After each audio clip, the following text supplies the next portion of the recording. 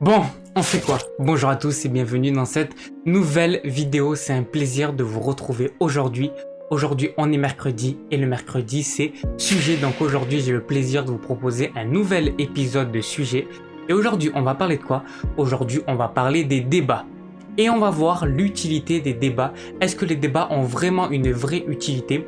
Et surtout, vous expliquer les biais cognitifs, les biais de notre cerveau qui font qu'un débat va bien ou ne pas bien se dérouler, et surtout répondre à la question pourquoi très souvent quand on regarde un débat à la télé, on a l'impression que ce débat finalement il sert à rien. On a l'impression plus qu'il se bagarre qu'il débat vraiment sur de vrais sujets. C'est tout ce qu'on va voir dans cette vidéo sur le débat. Allez, c'est parti pour sujet, on y va.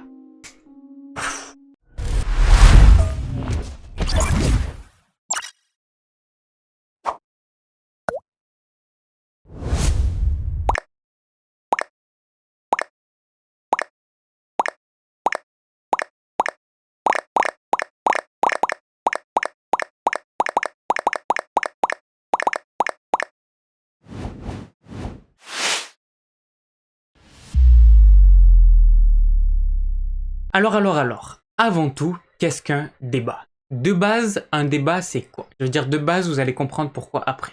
Un débat c'est simple, c'est deux personnes avec deux avis opposés qui vont tout simplement venir donner leur avis chacun de leur côté pour défendre leur opinion.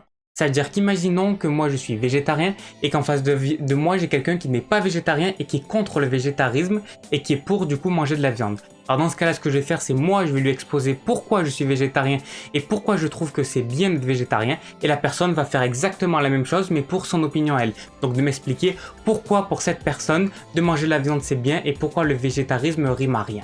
C'est ça un débat. Et le but du débat, c'est qu'à la fin, on puisse en apprendre tous les deux sur nos deux oppositions. C'est-à-dire que moi, je puisse en apprendre sur la personne qui mange de la viande et comprendre pourquoi elle mange de la viande et que finalement, peut-être que de manger de la viande, c'est bien, et du coup, pour me rendre compte de ça. Et la personne en face de moi, c'est pour la même chose. C'est finalement pour essayer de débattre, c'est vraiment ça le but, de donner nos avis pour essayer de comprendre pourquoi l'autre pense comme ça et pourquoi moi je pense comme ça, et du coup, à la fin, d'accepter cette chose-là. Et puis également, quand c'est un débat qui est télévisé ou un débat qui est tout simplement avec un public, alors dans ce cas-là, c'est pour des raisons qui sont aussi pour le public. C'est d'essayer tout simplement de montrer au public les deux mondes qui existent. Donc, encore une fois, par exemple, le végétarisme et la personne qui ne mange pas de viande. Et d'essayer de montrer au grand public un petit peu pour que le grand public puisse choisir entre la première opinion ou la deuxième opinion. De base, ça sert à ça, un débat. Et pourquoi les débats, ça ne rime à rien? Enfin, pourquoi aujourd'hui, en tout cas, moi je trouve que les débats ne riment à rien et beaucoup de personnes trouvent ça. Pourquoi dès qu'on regarde un débat, on a l'impression d'assister à une bagarre d'enfants dans une cour de récréation? Pourquoi on a l'impression qu'ils sont toujours obligés de montrer que c'est eux qui ont raison? Parce que si vous regardez aujourd'hui les débats politiques, les débats qu'on voit à la télé, jamais ils essayent de comprendre l'opinion de la personne qui est en face d'eux, alors que c'est le but du débat. Toujours ce qu'ils vont faire, c'est défendre leur opinion et d'expliquer que leur opinion est vraie, et puis c'est tout, et ne surtout pas écouter l'opinion de l'autre. Alors que de base, comme j'expliquais, le débat, non, ça sert vraiment à essayer de comprendre l'opinion de l'autre et pourquoi l'autre pense différemment de nous. C'est ça la base du débat. Mais pourquoi on n'arrive pas? Pourquoi on n'arrive pas à prendre en considération que ce que nous dit l'autre peut être vrai? Pourquoi on n'arrive pas à faire ça? Et pourquoi également le public, donc la personne qui va regarder ce débat, si on parle de débat télévisé, pourquoi le public, la personne par exemple qui va être d'un certain parti, n'arrivera pas à prendre en considération ce que va dire l'autre parti? Et pourquoi cette personne, par exemple, si une personne est végétarienne et qu'il y a un végétarien qui parle, pourquoi elle va toujours défendre le végétarien alors peut-être que le mangeur de viande lui dit des vérités? Et pourquoi tout ce que va dire le mangeur de viande, dans ce cas-là, on va dire que c'est des bêtises? Pourquoi on va toujours vouloir défendre nos opinions et surtout toujours essayer de discriminer les opinions opposées? Tout simplement parce que notre cerveau a un biais qu'on appelle le biais de confirmation. Je vous rassure, on l'a tous. Notre cerveau est designé comme ça. Et nous, on a énormément de biais. Le cerveau a énormément de biais et ce que je vais essayer de faire sur cette chaîne YouTube, d'essayer de vous proposer plusieurs sujets et à chaque fois de vous présenter les biais qui font qu'on réagit d'une telle ou d'une telle manière. Donc là, pour les débats, on parle de biais de confirmation. Quel est le principe de ce biais? C'est très simple. C'est qu'à chaque fois que vous allez avoir un avis sur quelque chose, vous allez toujours penser que cet avis est vrai. Vous allez toujours le défendre. Quitte même des fois à ne même pas vous en rendre compte. Et ça va se passer contre votre gré. On parle même d'inconscient. Ça va se passer inconsciemment. Et ça ne touche pas que nous. Ça ne touche pas que les personnes lambda, pas que les personnes politiques. Ça touche même les scientifiques. C'est pour ça que des fois les études scientifiques peuvent être vraiment biaisées. Et là on peut parler vraiment de ce mot biaisé qui vient justement des biais. Pourquoi? Tout simplement car encore une fois le biais de confirmation va venir nous dire que ce qu'on est en train de faire, on a raison. Et c'est pour ça que moi des fois je trouve que certaines études scientifiques ne riment à rien. Tout simplement parce que en fait, quand on va avoir un avis, quand on va avoir une opinion, on va vouloir la défendre à 100%, on va vouloir avoir toujours raison. On supporte pas ne pas avoir raison. Ça c'est pour deux choses. Premièrement, c'est par rapport à la souffrance. On ne veut pas souffrir parce qu'encore une fois, à cause de ce biais de confirmation là, on ne veut pas avoir tort. Et pourquoi on ne veut pas avoir tort? D'avoir tort, ça veut tout simplement nous générer de la souffrance. Et l'être humain déteste avoir de la souffrance pour une seule et bonne raison, la survie. Notre corps, notre cerveau est toujours en mode survie. Et forcément, si on n'est pas bien, si on est malheureux, si on a de la souffrance, après on va générer du stress et ce stress-là peut nous emmener à notre perte. Et du coup, nous on veut pas faire ça. C'est pour cette raison que notre cerveau veut toujours nous tenir dans le bien. Et notre cerveau a horreur, mais horreur d'avoir tort. Donc du coup, puisqu'on veut toujours avoir raison et dire que ce qu'on dit est vrai, alors dans ce cas-là, c'est pour ça que dans les études scientifiques, très souvent, on peut les orienter. Un vrai bon scientifique, normalement, ne doit pas orienter ses études. Ça veut dire que tout ce qu'il observe doit le donner exactement comment il les a observés.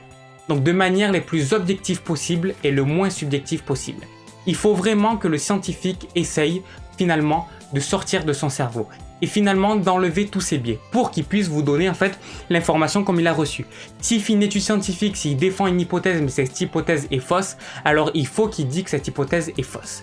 Mais il y a pas mal de scientifiques qui font l'inverse et c'est ce qu'on appelle des mauvais scientifiques. Mais comme je vous ai dit, ça n'existe pas vraiment parce que des fois, contre notre gré, le biais de confirmation peut venir alors se manifester. Pourquoi? Tout simplement parce que des fois, inconsciemment, on peut interpréter les résultats comme nous on veut le voir. Ça veut dire qu'on va faire une étude scientifique, on va voir les résultats et on va ignorer les choses qui sont contre nous. Les choses qui ne défendent pas notre thèse, on va les ignorer, mais sans même s'en rendre compte, sans même prendre position. C'est notre inconscient qui va nous faire voir ça. Et finalement, on va voir uniquement les résultats qui vont défendre notre thèse. Et ça, des fois, peut être très dangereux dans plusieurs situations. Déjà au niveau des études scientifiques, mais également des fois quand on va voir des choses. Imaginons par exemple que je vais faire une cueillette sauvage, que je vais aller cueillir des plantes sauvages. On m'a toujours expliqué que pour reconnaître un pissenlit, c'était très simple, c'est une fleur qui est jaune, qui a des petites fleurs qui sont de cette taille, qui sont posées exactement comme ça, etc. etc. C'est un exemple que je vous donne. Et du coup, quand nous, on va voir une fleur jaune, on va automatiquement se dire que c'est un pissenlit. Mais des fois, on va dire... Mais c'est bizarre parce que là, il y a quelque chose qui va pas comme les pissenlits. Ah non, mais c'est rien, ça doit juste être la fleur qui est comme ça. On veut tellement se dire que ce qu'on dit est vrai, tellement que ce biais de confirmation est fort, que du coup, on ne va même pas voir que cette chose-là n'est pas la chose qu'on pense être. Ça veut dire que des fois, on peut être vraiment un expert et pourtant se tromper. Juste parce qu'il y a quelque chose qui ne va pas aller, on va dire non, mais c'est rien, c'est juste un petit truc, on va pas le prendre en considération. Et là, le biais de confirmation peut devenir dangereux. Mais également dans les études scientifiques. Et je vais vous donner un exemple. Dans les années 1940, il y a un chercheur scientifique du nom de Ansel Keys a fait une étude scientifique pour prouver que les acides gras saturés faisaient monter le taux de cholestérol dans le sang. Et c'est ce taux de cholestérol qui était responsable des arrêts cardiaques et des maladies cardiovasculaires. Son étude scientifique devait défendre ça. Et du coup, il a lancé cette étude, il a regardé dans plusieurs pays, aux États-Unis, tout ça, et tout ce qu'il a vu a défendu sa thèse, car tout simplement c'était vrai. Il a vu que les personnes qui consommaient beaucoup de cholestérol dans leur alimentation et beaucoup d'acides gras saturés avaient beaucoup plus d'arrêt cardiaque que les autres. Mais sauf que là, jusqu'à là, tout va bien, c'est un bon scientifique, il prend les résultats comme ils viennent, mais c'est normal car ils vont dans le bon sens de ce qu'il veut défendre, mais sauf qu'il arrive tout simplement le moment où sa thèse va devenir fausse. Et finalement, il y a des contradictions qui vont arriver. Il va avoir des résultats qui vont lui prouver que ce qu'il est en train de faire est faux. Mais lui, il va pas vouloir le voir. Ça veut dire qu'il va aller dans certains pays, voir certains pays, et il va voir que dans ces pays-là, il consomme beaucoup d'acides gras saturés, et pourtant, il ne souffre pas plus de maladies cardiovasculaires que ceux qui n'en consomment pas. Du coup, ça vient tout simplement contredire sa thèse. Lui, sa thèse, c'était très simple, c'est tout simplement que de manger beaucoup d'acides gras saturés faisait qu'on allait avoir plus de problèmes cardiovasculaires, plus d'arrêt cardiaque, plus d'AVC. Mais sauf qu'il y a certains pays qui étaient au contraire. Ils consommaient énormément d'acides gras saturés, mais finalement, ils n'avaient pas plus d'arrêt cardiaque, pas plus de problèmes vasculaires que les autres. Et dans ces pays-là, il y avait notamment la France. Et c'est ce qu'il appelait tout simplement The French Paradox, le paradoxe français. Et il y avait exactement 7 pays qui ne répondaient pas à sa thèse et qui allaient contre sa thèse. Mais lui s'est dit non, je veux pas écouter ça tout simplement parce qu'il y avait encore une fois ce biais de confirmation. Il a dit non, ça c'est juste, c'est des petits trucs, ça fait rien, ma thèse elle est quand même vraie. Il a quand même voulu défendre sa thèse. Il a dit on sait pas pourquoi eux ça fait rien, mais en tout cas moi je peux vous prouver que c'est vrai. Que l'acide gras saturé fait que finalement on va avoir plus d'arrêt cardiaque. Mais on peut comprendre aussi pourquoi il a réfléchi comme ça. On peut se dire finalement comment ça se fait que certaines personnes, eux, ont réagi comme ça et d'autres personnes n'ont pas réagi comme ça. Sauf que quand il y a quelque chose qui vient déjouer notre thèse, quand quelque chose ne vient pas confirmer notre thèse, on devrait vraiment en prendre parti. Et vraiment se dire que si c'est là, c'est pour une bonne raison. Et si on n'arrive pas à faire ça, encore une fois, c'est à cause de ce fameux biais, le biais de confirmation. Pourquoi je vous dis ça? Parce que finalement, après, on s'est rendu compte que c'était pas vraiment les acides gras saturés qui étaient responsables des arrêts cardiaques, mais plus des acides gras saturés trans, qui n'étaient pas du tout la même chose. Mais si vous êtes intéressé par ça, alors dans ce cas, je pourrais vous faire une vidéo sur le sujet. Donc maintenant, vous avez compris que quand vous voulez toujours avoir raison, c'est à cause de ce biais-là. Mais comment faire pour arrêter finalement de se faire avoir par ce biais? Et finalement vraiment écouter l'opinion des autres. Ah ben, en prendre conscience. Prendre conscience que ce biais existe, simplement écouter l'inverse de nos opinions. Essayer de s'entourer même des personnes qui ont des opinions inverses à nous. Ça va nous permettre tout simplement de rentrer dans ce groupe et d'essayer de comprendre pourquoi. Et là, on va essayer de mieux comprendre. Une dernière chose qui fait que les débats riment toujours à néant et très souvent à néant et finalement on n'apprend rien dans un débat. Donc déjà, le premier biais, c'est le biais de confirmation et le deuxième biais, c'est la pensée de groupe et le biais d'appartenance. En fait, on va toujours vouloir avoir raison par rapport à notre groupe. Ça veut dire encore une fois, si je prends l'exemple du végétarisme, si je suis végétarien, que je vais à la télé, je sais que mes amis végétariens vont regarder ça.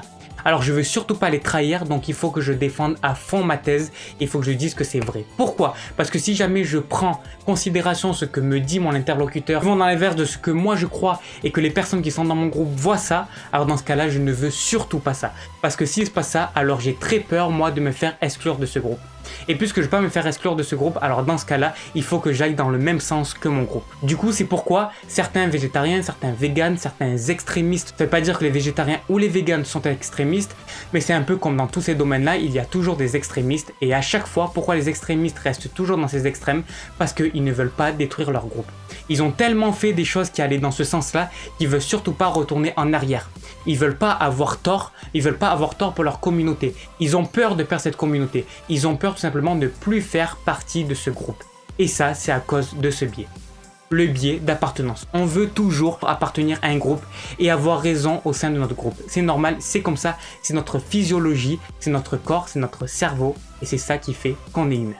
Voilà, donc merci à tous d'avoir regardé cette vidéo qui était assez longue, je suis désolé, mais je voulais vraiment vous expliquer ça par rapport au débat parce que c'est vraiment très important et même moi je me demandais pourquoi à chaque fois les débats servent finalement à rien. On se dit un débat c'est là pour nous donner les opinions des deux parties et essayer de comprendre l'opinion de l'autre, mais finalement ça ne rime jamais à ça. C'est toujours à défendre son opinion et nous quand on va regarder la personne qui défend notre opinion, essayer de défendre cette personne et au contraire de décrédibiliser l'autre personne qui elle veut défendre son opinion et pas essayer de comprendre les choses, alors que des fois, en plus, ce qui est fou, c'est que des fois, on sait que la personne en face qui est contre nous a raison. On sait que cette personne a la raison, mais on ne veut pas du tout lui donner raison à cause de ça. Donc voilà, au moins, vous avez bien compris ça. Maintenant, vous savez pourquoi on réagit comme ça. Donc voilà, merci à tous d'avoir regardé cette vidéo. Si cette vidéo vous plaît et si les vidéos sujets vous plaisent et surtout si vous aimez les vidéos un peu plus travaillées comme celle-là où je vous énonce vraiment des vrais faits scientifiques juste que des trucs qui sortent de ma tête comme d'habitude, dans ce cas-là, n'hésitez pas à mettre un gros pouce bleu, me dire ce que vous en avez pensé dans les commentaires, à vous abonner à la chaîne et activer la cloche car il y a une nouvelle vidéo chaque jour à 18 h. Et moi, je vous souhaite une excellente journée, une excellente soirée et surtout une excellente vie. Allez, ciao, à demain.